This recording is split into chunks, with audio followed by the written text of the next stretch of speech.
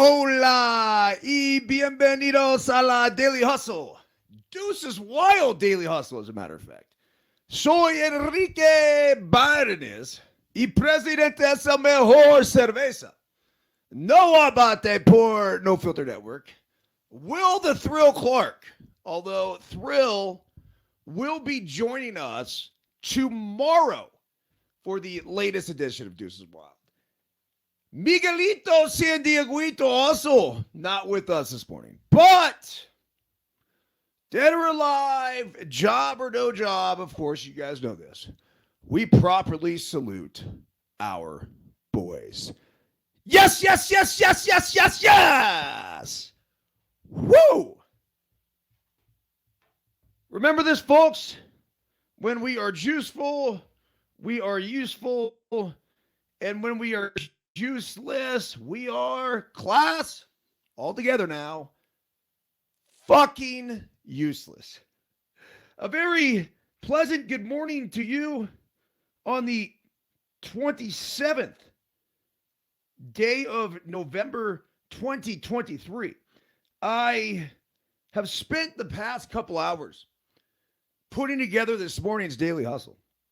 And for those of you who are unfamiliar with how this actually works, basically, what I like to do is write a email that then goes out to thousands of people that then we come on here and talk about, along with all the other news stories, sports scores, weather phenomenons, and I don't know, whatever else you can imagine around the world. A lot of life optimization stuff. Well, I got a text that was basically, no, it didn't actually, because I was on Instagram this morning posting a Stormy Burns update, and I saw a post from Brad Brennan, who is the brother of Brent Brennan, who is the head coach at San Jose State. And San Jose State they went into UNLV this past weekend and had a huge victory, which then, in my opinion, was going to solidify their spot in a conference championship game. Long story long, they didn't get it. So they beat UNLV, who was the first place team, and for whatever reason, they were left out despite finishing with the same record, despite the head-to-head victory. It's just, the whole thing doesn't make a whole lot of sense to me. So I researched it. I dove deep. I was going one direction with it, and then I kind of decided, look, I'm not sure if that's the message here. And it was, I don't say a lot of complaining, but it was, and I'll go over this stuff with you guys in a second. But it was more like head-scratching sort of things. But I also want to make sure we didn't miss the fucking message, man. And the message of what I really want to send in this life optimization pod is that what Brent Brennan has done with the San Jose State program over the past, about 6 years now since he's taken over, it's incredible. It's nothing short of miraculous. So went ahead and still was in the process of putting this thing together, and also then realized that I had to start this show before it timed out. So I cut it off a little early, but I will share most of it with you ASAP. Just give me a minute to go through our title sponsor here at the Daily Hustle, Bet Online. That's right. The holiday season is often rolling in. NFL is in full stride, and the NBA and NHL hitting mid-season form. Bet Online is your number one destination for all your sports wagering info. With up-to-the-minute wagering news, odds, trends, and predictions, Bet Online is a top spot for everything pro and amateur sports. And not just the big tour. Not just the big four. Bet Online has info available at your fingertips with both desktop and mobile access at any time for almost any sport that is played, from MMA to international soccer. Head to Bet Online today and remember to use our promo code BLEAV, capital BLEAV, for your 50% welcome bonus on your first deposit. Bet online where the game starts. Also, don't forget about our partners at KT Tape. Hold on a second. I want to make sure this thing is up and rolling. I'll check an audience view. Yes, there it is. KT Tape in the upper right-hand corner. Hit the QR code and tape up, folks. The science on this is pretty simple. The tape lifts the skin up and promotes blood flow to the area, which decreases inflammation and alleviates pain. I am not a doctor. Once again, I'm not a scientist.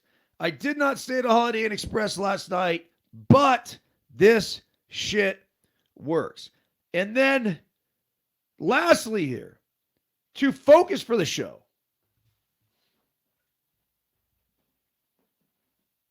hold tight.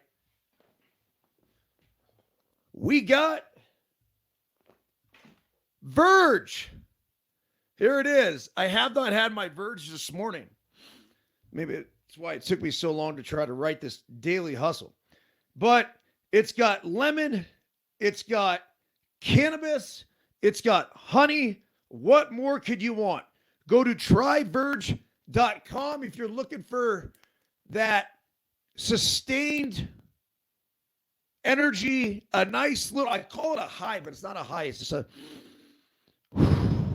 almost slows the day down in a beautiful way for me. But this is Jory over at Tryverge. I'm going to shake this up a little bit better. Salute, everybody. Tryverge.com. Trust me, it's soothing on the throat. It is soothing on the mind. Okay. I'm going to share with you guys now the incomplete daily hustle. And then I'll go from there. And I'll try to hit some of the talking points of this and that, whatever. But here we go. San Jose State started out 1-5 this season, and it looked like it was going to be a long year for the Brent Brennan-led Spartans. The last games, they lost games to 3 ranked teams, including number 15 Oregon State, number 24 Toledo, and then number 6 USC. On October 7th, they seemingly turned it around and held a 27-7 halftime lead on the Smurf turf at Boise State. But per usual, some wild shit happened on the funky blue surface, and they lost a 35-27 heartbreaker to the Broncos. At this point, San Jose State could have mailed it in and started focusing on. They used their invaluable experience playing against the top-ranked teams and the collapse in Boise to ignite the rest of their regular season. With a 37-31 win over the Mountain West leader UNLV in Vegas this past Saturday, the Spartans just racked off their 6th straight win to finish up at 7-5 and in a 3-way tie for first place in the Mountain West Conference. I don't know why my screen's black. Hopefully that's not the audience view. Well, let's check it out. Let's hit the chat as I'm in the middle of it. What's up, RJ? What's up, Pete? John Davis. Yo. Can you guys hear or see me? Okay, it says I'm good. Beautiful. Thank you, John. I appreciate that. All right. So it says here with the 37-31 win over Mountain West leader UNLV, yada, yada, yada, they're in a 3-way tie for the Mountain West Conference. After just beating UNLV, who also tied for first on their home field, one would assume San Jose State would undoubtedly be playing for the conference championship next weekend. But of course, the computer models got involved to break the tie and somehow fucked it up.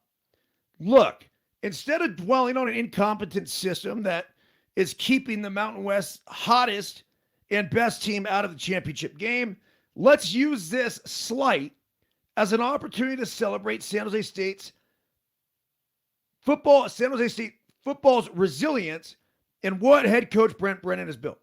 When Brent took over the program, they struggled through a couple really rough seasons. Yet Brennan stayed committed to the process of creating a family-type culture, which has helped propel San Jose State to a conference championship in 2020 and winning seasons the past 2 years, despite the lack of resources and NIL money compared to other D1 FBS schools.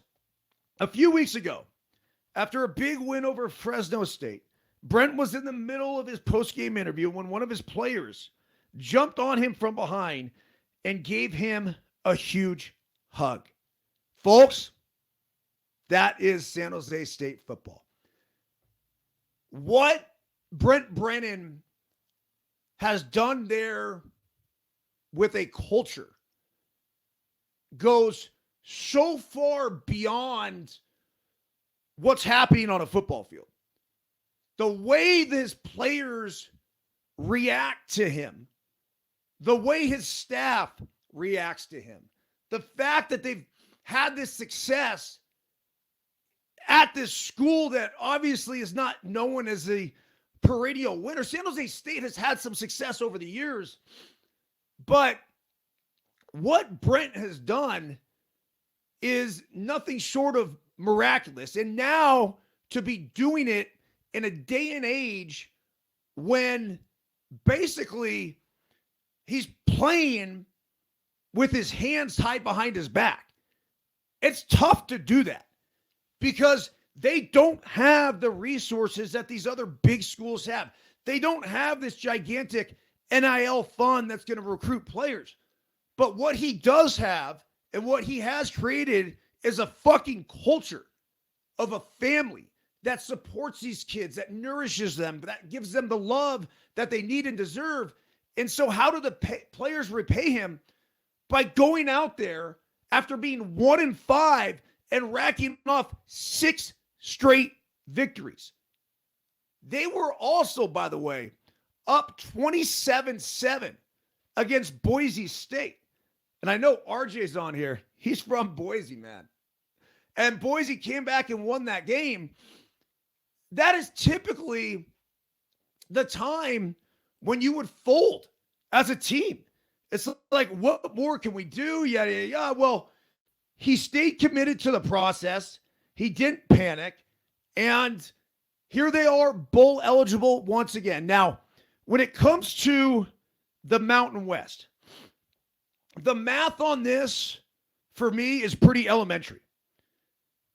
Boise State, San Jose State, and UNLV all finished 6-2 in conference play. Boise State beat San Jose State, but they did not play UNLV. San Jose State beat UNLV and lost to Boise State. UNLV lost to San Jose State and did not play Boise State. Boise State and San Jose State had much more difficult schedules than UNLV. Yet somehow, some way, they go to break this tie. I feel like it should have already been broken based on the head-to-heads. It's pretty simple. UNLV just lost to San Jose State, you're out. Unless, say, for example, they had beaten Boise State, which they didn't. And then you get here, this scenario, they bring the computer models in, and somehow they have UNLV as the number one team. That doesn't make any fucking sense. Like zero. The matchup should be Boise State against San Jose State. That's it. I don't see how you could make a case for UNLV in this scenario. Even if you went by this basic point system and you say, okay, we'll go head to head, right? And let's just say if you didn't play, it's a 0, it's a neutral, and you don't get a point. If you did play, you're going to get a +1 or a -1 based on the result.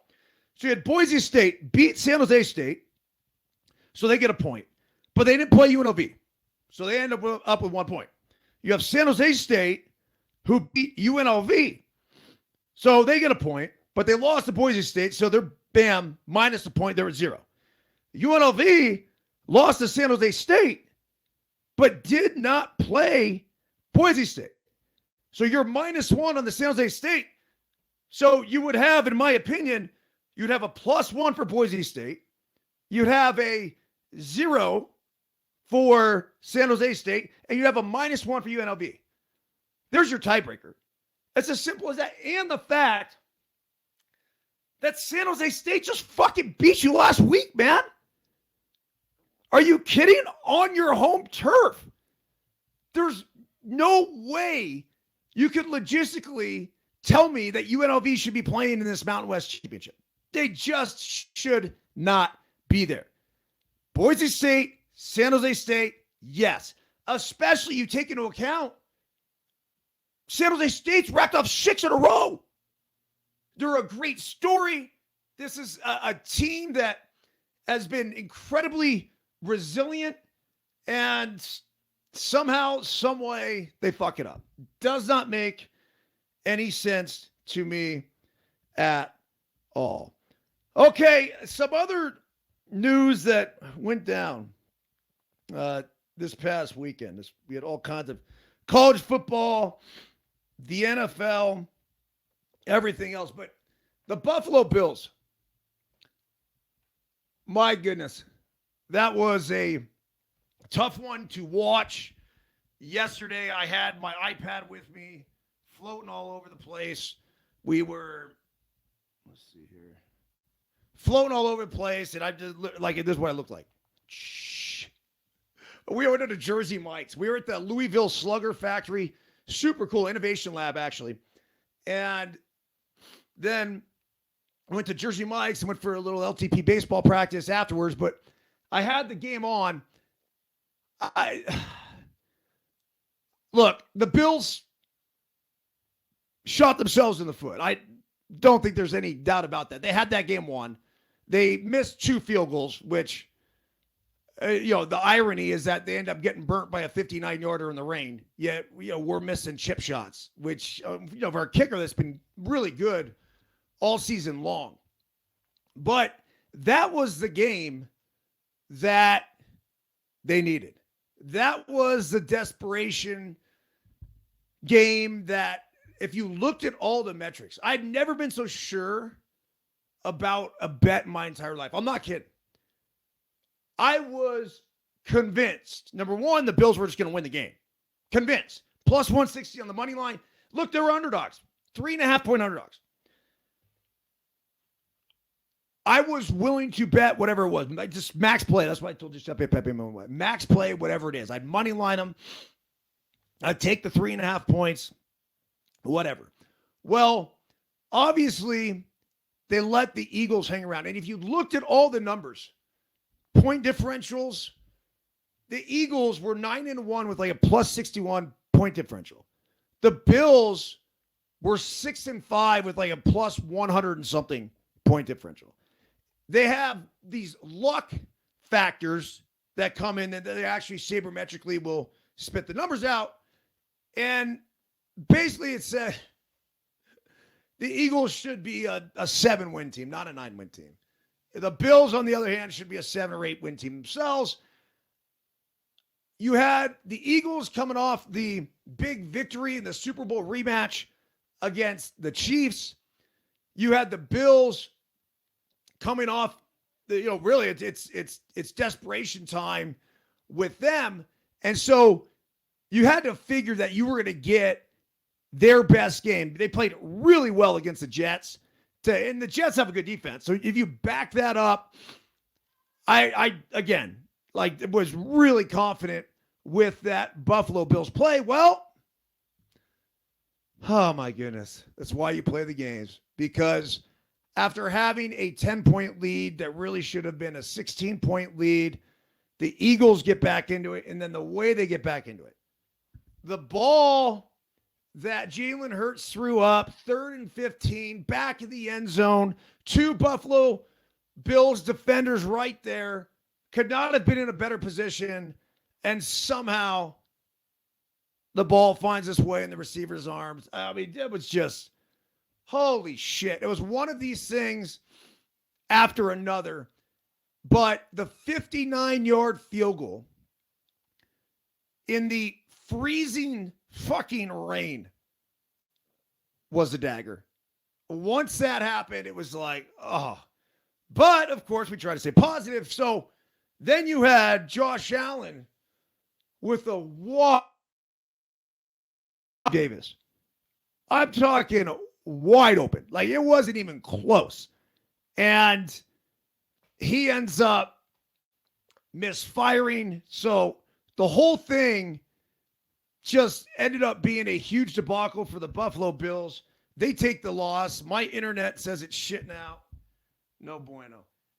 Fire away in the chat if you do still see anything. I apologize. We got new internet here, which is a terrible idea, actually, now that I'm getting back into it. I'm convinced that I had it going. We were perfectly fine. And, of course, we decide to change. Oh, my goodness. Okay.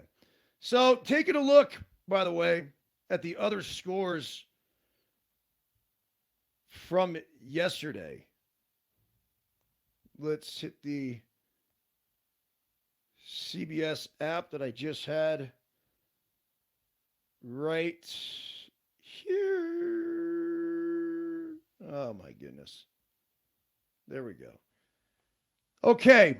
In the NFL yesterday, you had that 34-37 Bills lost to the Eagles. The Saints go down to the Falcons. That was another big play of ours. The Falcons are now, 5-6. The Saints, 5-6. The Patriots, I mean, what a fucking ugly game this was. 10-7 losers to the New York Football Giants. The Chiefs, 31-17 over the Raiders. The Titans, 17-10 over the Panthers. That was another play of ours. We had the Bengals. And the Steelers somehow won that game. They shouldn't have. Bengals figured out a way to screw that one up. The Jaguars, 24-21 over the Texans. That was a big win for the Jags. The Jags were 8-3. Holy shit. The Rams looked dominant against the Cardinals, but the Cardinals are the Cardinals. Ravens, big win last night on Sunday Night Football, 20-10 over the Chargers. The Colts, 27-20 over the Buccaneers. The Broncos, 29-12 over the Browns. Where did the Broncos come from? I mean, my goodness, right? The Broncos are now 6-5. I mean, there was a time you were looking at, you were wondering if Sean Payton was ever going to win a game in Denver. And now this is looking like a playoff team. It says how the surging Broncos turned it all around. Well, let's figure it out. It says Broncos win 5th straight, examining how Denver's turned around and whether it can be sustained. Great question. The Broncos are the NFL's hottest team.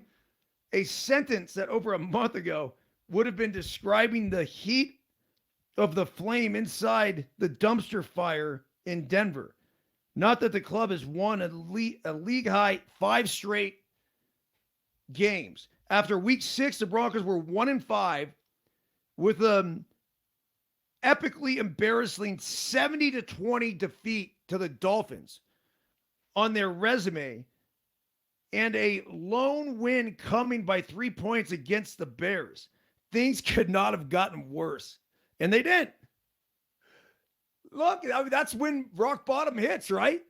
Like, it can't get much lower than this. So I say always fear the man and the team that has nothing to lose. Because in the party-driven NFL, every game is an opportunity, and Sean Payton's squadron took full advantage. They squeaked past the still finding themselves Packers 1917, and then bamboozled the previously unbamboozlable Patrick Mahomes to the tune of 3 Mahomes-inflicted turnovers in a convincing 24-9 win. An absolutely bananas 24-22 win in Buffalo out of the bye proved the throttling of Kansas City wasn't a fluke. Then a 1-point win to halt the Josh Dobbs train, and now a comfortable handling of DTR-led Browns. And Russell Wilson and company are tied in the win-loss column with the currently number 7 seed Colts. What? Yep, believe it. October's NFL laughingstock is squarely in the playoff hunt. Heck, they're only 2 games back on the Chiefs for the AFC West crown. How this happened? I mean, that's the big question here. Okay.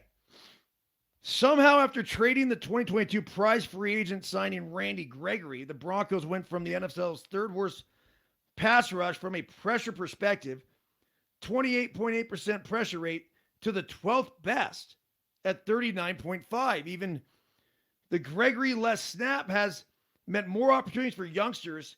Nick Bonito, Baron Browning, and Jonathan Cooper. I haven't heard of any of these guys. And that trio is rocked with a hefty collective pressure generating rate of 17.7%.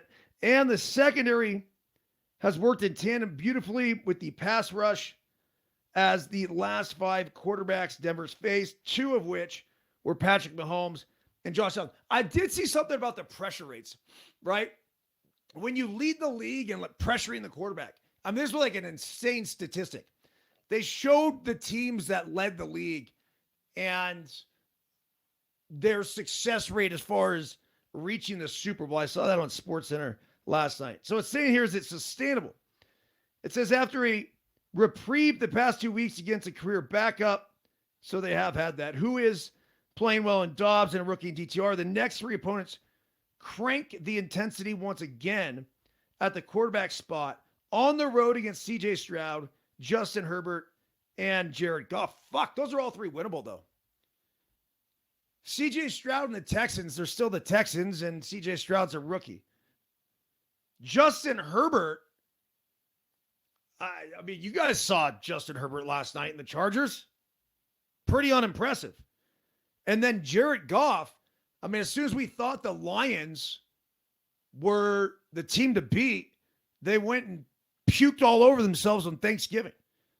That was their one chance to come out and say, yo, listen to the roar, motherfuckers. We're back. Well, I say back because I'm not sure they were ever here.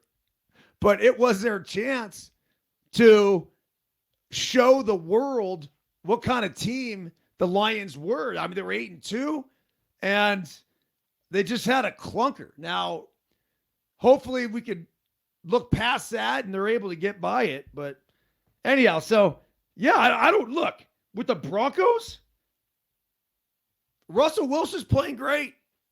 Defensive line, keep the pressure going. I just mentioned those 3 games. I wouldn't be shocked if they keep this rolling. I mean, it's kind of like San Jose State. They were 1-5, and then they racked off 6 straight. So, who knows? Okay, a couple other to the top stories that happened. All right, right here you got MLB rumors. You guys want to go for those? Braves in on Dylan Cease. Sonny Gray lands back in the NL Central. Relief pitcher market heating up. MLB's offseason continues on Monday with just another week remaining until the annual winter meetings. The Cardinals have reportedly agreed to a 3-year contract with right-hander Sonny Gray to shore up their rotation. Past that, the rumor mill continues to crank. Let's get to Monday's best. The Braves are interested in Cease. Add the Braves to the list of teams interested in acquiring Dylan Cease from the White Sox. According to Bob Nightingale, Cease had previously been tied to the Dodgers, amongst others. Cease, 27, finished second in the AL Cy Young Award voting in 2022. He scuffled last season in Chicago. He had a 4.5 ERA, 97 ERA plus, 2.71 strikeout to walk ratio. Cease's under team control for an additional 2 years and his top-notch arsenal makes him an intriguing buy low candidate. Yeah, but why would you want to sell if you're the White Sox?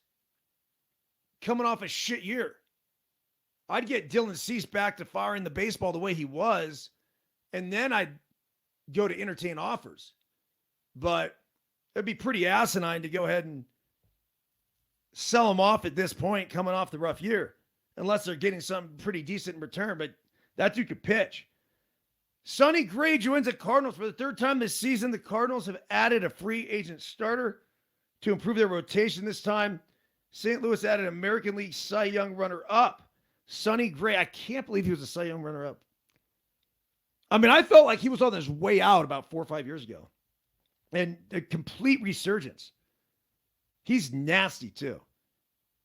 He was with the Minnesota Twins, by the way. He had a 3-year deal believed to be worth about $75 million. The Cardinals had previously signed Lance Lynn and Kyle Gibson. Gray, who pitched for the A's, Yankees, Reds, and Twins. I mean, I have to go back and look at the numbers. He was great with the A's, shitty with the Yankees, shitty with the Reds, and great with the Twins. He has a higher ceiling than either. You can read more about him here. Reliever Robert Stevenson, by the way, a hot commodity. He's been a popular name in the free agent market, according to MLB.com's John Morosi. Stevenson has drawn interest from the Dodgers, Cubs, and Angels, among other teams seeking bullpen help. CBS ranks Stevenson as the 32nd best free agent available this winter. He had a 3.10 ERA, 1.38 ERA plus, 4.81 strikeout to walk ratio. That's huge. The Angels add a veteran reliever. They announced late Sunday that they've signed lefty Adam Kolarek to a 1-year deal. Kolarek, 34, has appeared in just 32 big league contests over the last 3 seasons. He's amassed a 4.68 ERA and 87 ERA plus. I mean, okay.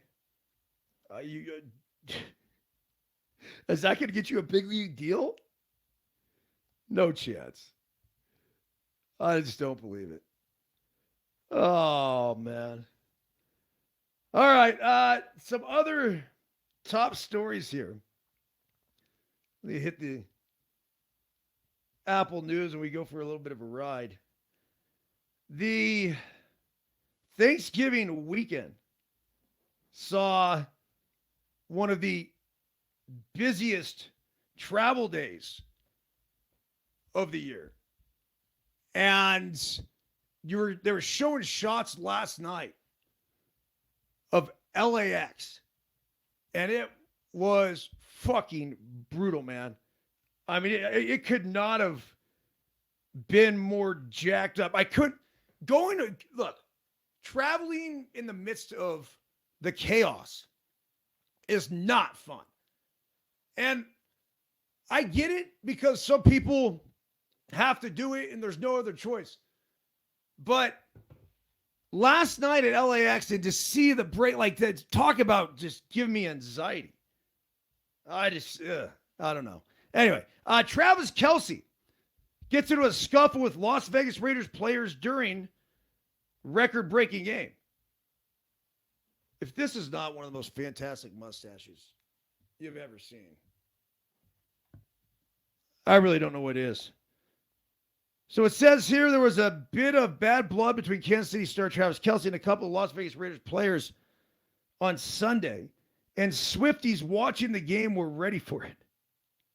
Oh, I love this. During the third quarter, Kelce, 34, pushed Raiders defensive back Amik Robertson and defensive tackle Jerry Tillery after a chirpy play that had the Chiefs wide receiver Rashee Rice down on the ground for a moment. Fans watching the game seemingly gleefully shared enthusiasm about the tight end's intensity. Oh my, Travis Kelce can fight. The Daily Taylor Swift account wrote on X, while another wrote, "Is it hot in here? Is anyone else warm?" Oh, this is too good. The tight end's contributions during the game, which the Chiefs went on to win 31-17, went far beyond the skirmish, however, with Kelce setting a new NFL record for reaching 11,000 receiving yards in the fewest amount of games, 154 as a tight end. The Chiefs star became the fourth tight end to hit the milestone surpassing Hall of Famer Tony Gonzalez, who previously had the record in 191 games. Gonzalez holds the record for overall yards, 15,127, while former Dallas Cowboys star Jason Witten is number 2 at 13,036. And former San Diego Los Angeles Chargers Antonio Gates is third on the list with 11,841. Where's Brent Jones? It says never miss a story. Okay. The fastest tight end to 11,000 receiving yards and the only player in franchise history to do it, the Kansas City Chiefs wrote on Instagram. Taylor Swift showed support for her man by liking the celebratory post. And it wasn't the first time the superstar has done so this season. Earlier this month, after Kelsey broke a franchise record for total receiving yards during a game against Miami Dolphins in Germany, Swift, 33, liked people's Instagram posts about the achievement. Swift and Kelsey have been making headlines for their ongoing relationship ever since the singer first attended one of the athletes' games on September 24th. She has been spotted at 3 more of Kelsey's games, sitting with his friends and family while cheering for the 2-time Super Bowl winner. Kelsey's latest success on the field comes as the couple have been navigating spending time together around their busy professional schedules. While the NFL star has been playing with his team, Swift has been performing in South America leg of her Eras Tour, which she wrapped up on Sunday. She's now free until February when her tour picks up again in Japan. I mean, whenever you can get Taylor Swift in any of these combos, and you got to imagine the Raiders' defensive players, as well as any defensive player that's dealing with Travis Kelce, is going to try to fuck with them. The Taylor Swift comments, the Swiftie remarks, they're going to be plentiful. The goal of the opposition is to get into the player's head. Now, sometimes it helps and sometimes it is going to backfire and work against them. But I got to believe there's more defensive players that are going to continue to fuck with Travis Kelce.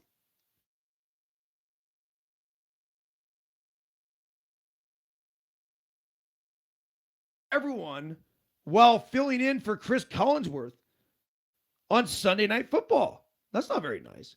NBC's Sunday Night Football booth was missing Chris Collinsworth for the Baltimore Ravens' 2010 win over the Los Angeles Chargers, and his replacement, Jason Garrett, was far from great. The former Dallas Cowboys head coach was alongside Mike Tirico for the call because Collinsworth got the holiday weekend off after working Thursday's 49ers Seahawks game. Garrett had a rough night as he annoyed viewers all game long with his constant giggling after just about everything he said. He also did weird things like when he decided to jump in and share his thoughts on sunsets while Tirico was sending the broadcast to commercial break. Here's a few of the tweets that were firing all over X. It says, Tirico is going for a dramatic outro, and Jason Garrett does this. Jason Garrett has the most awkward post-sentence laugh I've ever heard out of an announcer. Okay, Jason Garrett just laughs at everything. Jason Garrett is terrible as a color commentator. He does this uncomfortable laugh anytime he says anything. Why does Jason Garrett giggle after every comment? Okay, look, you guys are fucking, I get it. I do. The criticism is going to come fast, furious, often. I would say that sometimes, and I bet you this was the case with Jason Garrett, you don't know what you're doing. So there's times where I would go back and watch a show. That's the best way to critique yourself in anything. And I think it's really important that you do so. Where I'll go back and watch a Daily Hustle and let's just say I was using like or this or that, and you got to go back and watch, and then you notice shit. Now, I have no opinion on Jason Garrett and how he did because I watched the game last night in Spanish. That's not a joke either. I was watching on my iPad and I just listened to the game in Spanish. I didn't even know Chris Collinsworth wasn't there. And the reason why I watched in Spanish, I wasn't given the option. At least I couldn't find the English broadcast, so I watched it on NBC Universo. So anyhow, Lou Holtz. What Lou Holtz thinks of Ohio State's loss to Michigan. Quote, they aren't real happy. Always nice to get Lou Holtz's opinion here. After an Ohio State 30-24 loss to Michigan Saturday, many college football fans were wondering where Lou Holtz was. In his post-game interview after the Buckeyes beat Notre Dame 17-14 in South Bend, Indiana, Ohio State coach Ryan Day called out the former OSU assistant and Notre Dame head coach after Holtz questioned his team's toughness, saying, I'd like to know where Lou Holtz is right now. Holtz was not done talking about Ohio State. Quote, losing to Michigan 3 years in a row is not good, Holtz said to former ESPN staffer Mark May, according to ABC 15 Arizona. What a long ride home it must be. They aren't real happy. 3 years in a row we have lost to the University of Michigan. May responded by echoing Holtz's thoughts, saying, Day got to be in hot water. Holtz then began to reminisce, remembering similar meeting with Michigan in 1968, the year Holtz was on Woody Hayes' coaching staff at Ohio State. Quote, when I coached at Ohio State under Woody Hayes, we played Michigan under the same circumstance. The winner goes to the Rose Bowl. The winner has the chance to win a national championship, Holtz said. Fortunately, we were the ones that were able to do so. We scored late in the game versus Michigan. We went for two. We made it. We beat them 50-14. Damn. They asked Woody, why'd you go for two? He said, because they wouldn't let me go for three. I love it. In an appearance on the Pat McAfee show in September, Holtz called Notre Dame a better football team than Ohio State before focusing his attention on Day. You look at Coach Ryan Day, and I coached at Ohio State under Woody Hayes, Holtz said. We won the national championship when I was there. I'm proud of that. However, he has lost to Alabama, Georgia, Clemson, Michigan twice, and everybody beats him. Does so because they're more physical than Ohio State. And I think Notre Dame will take that same approach. Jeez. So they were harsh comments. These comments riled up Day in his post-game interview after the Notre Dame game. What he said about our team, I cannot believe it. Oh, jeez. This is a tough team right here. We're proud to be from Ohio State, and it's always been Ohio against the world. And it will continue to be Ohio against the world. But I tell you, I love those kids, and we have a tough team. I like that. That's a coach supporting his boys. Quote, everybody's questioning all these kids all the time. We had one bad half the last couple years. That's it. Everybody wants to question these guys. These guys are warriors that can win.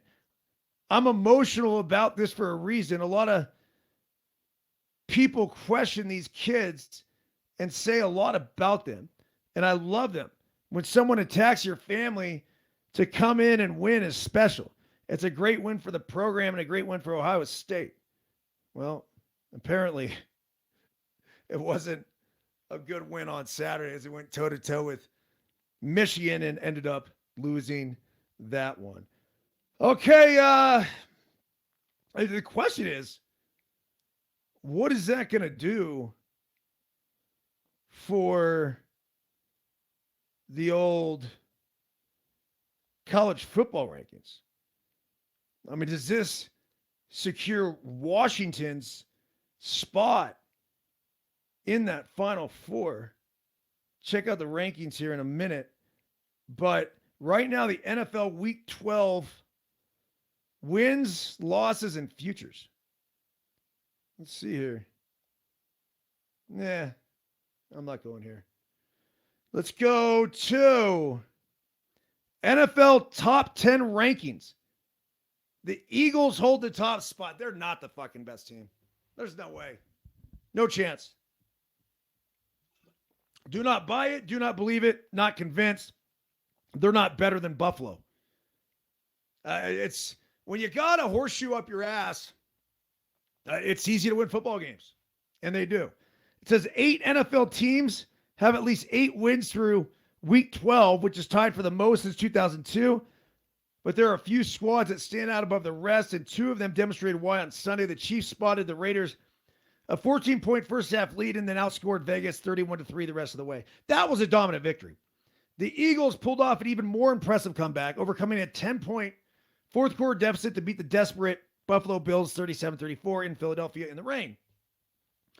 The highlight was a 59-yard field goal by Jake Elliott. If that's your highlight, you're not the fucking best team in football.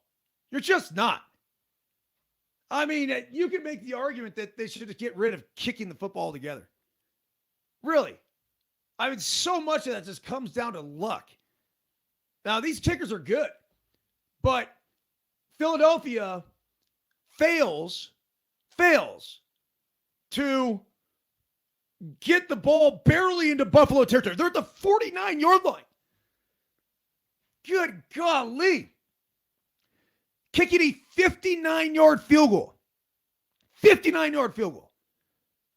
And once again, the horseshoe is stuck up the Eagles' ass. It was just, there is something to be said about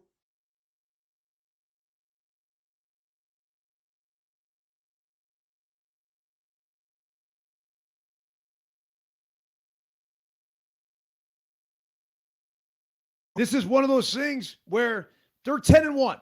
It's tough not to call them the number 1 team in football, but I'll tell you right now, the San Francisco 49ers would be favored against them. There's no question about it. I bet you the Niners, if you went into Philadelphia, and I think they do play the Niners, right? Is it next week? Let's see here. Number 1, Philadelphia Eagles record 10-1 last week won. It says, credit Nick Sirianni's crew for finding a variety of ways to win.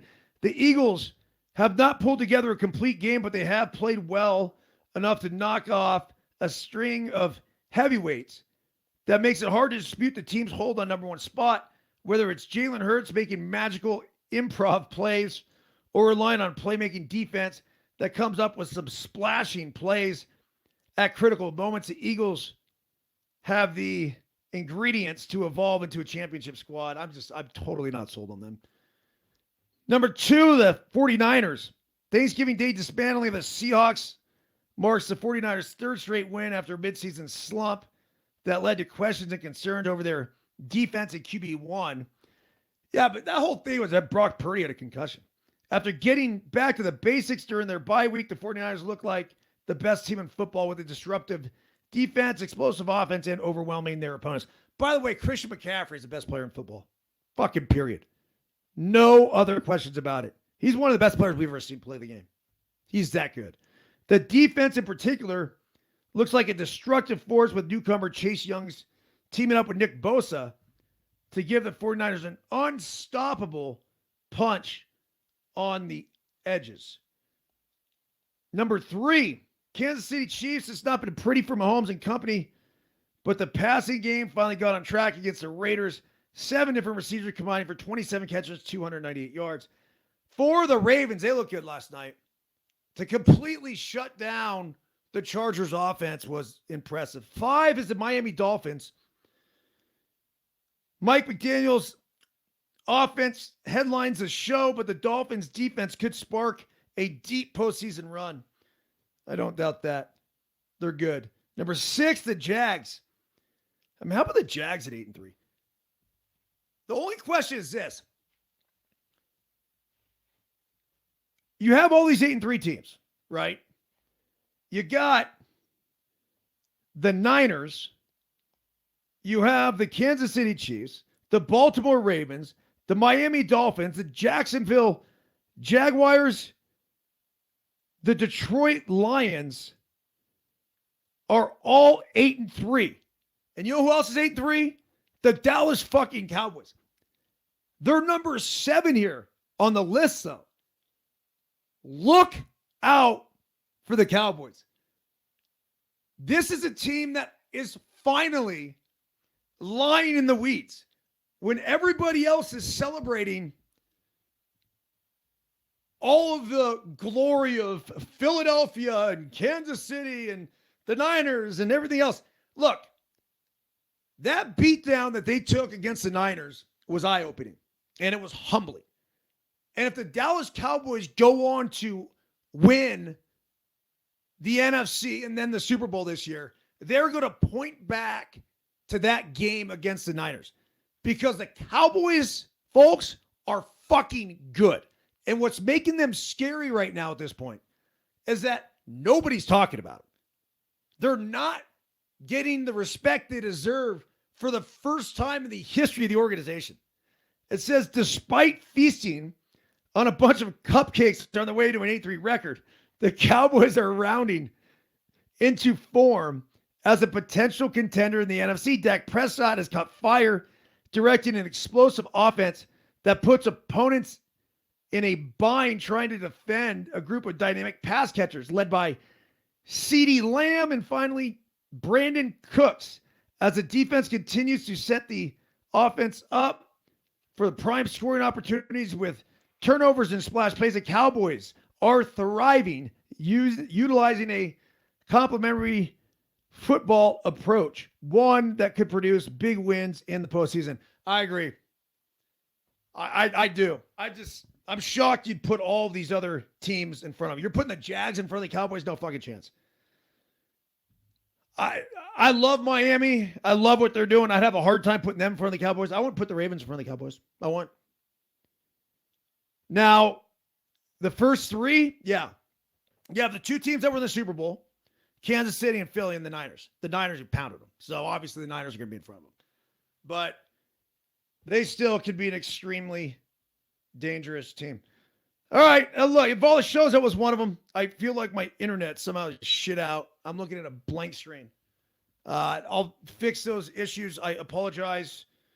And we'll be back at you tomorrow morning for the Daily Hustle. And then once again, we got Will the Thrill back on the mic tomorrow night. Deuces Wild should be a fun one. We got 1987 Topps packs that we, of course, will be ripping open and going over some epic stories. And then we'll get the latest on what's going on with Ohtani to see if there's any communication with the Giants in Ohtani. I posted something over the weekend. It was Mike Petriolo saying that Ohtani is the best fit for San Francisco. Now, what that means, it's fucking nothing. But we know he'd be a good fit there. Is it possible? Who knows? We'll talk to Will the Thrill about that tomorrow as well. And then we're going to do some live interactive hitting stuff. So RJ, tell your boys, we're going straight mechanics. We're going to try to get Will on his tee in his garage and just break down. We're going to build a swing for the roundup is what I like to say. Like literally the foundation. We'll lay the foundation, talk about the legs, positioning, head movement, all of it. We had a real good session yesterday at this Louisville Slugger Innovation Lab that was eye-opening to me. I mean, just seeing some things and looking at the metrics and the numbers and, what numbers matter. So we're going to get into the weeds on that tomorrow with Will Clark as well. All right. Everyone have a fantastic day. See ya!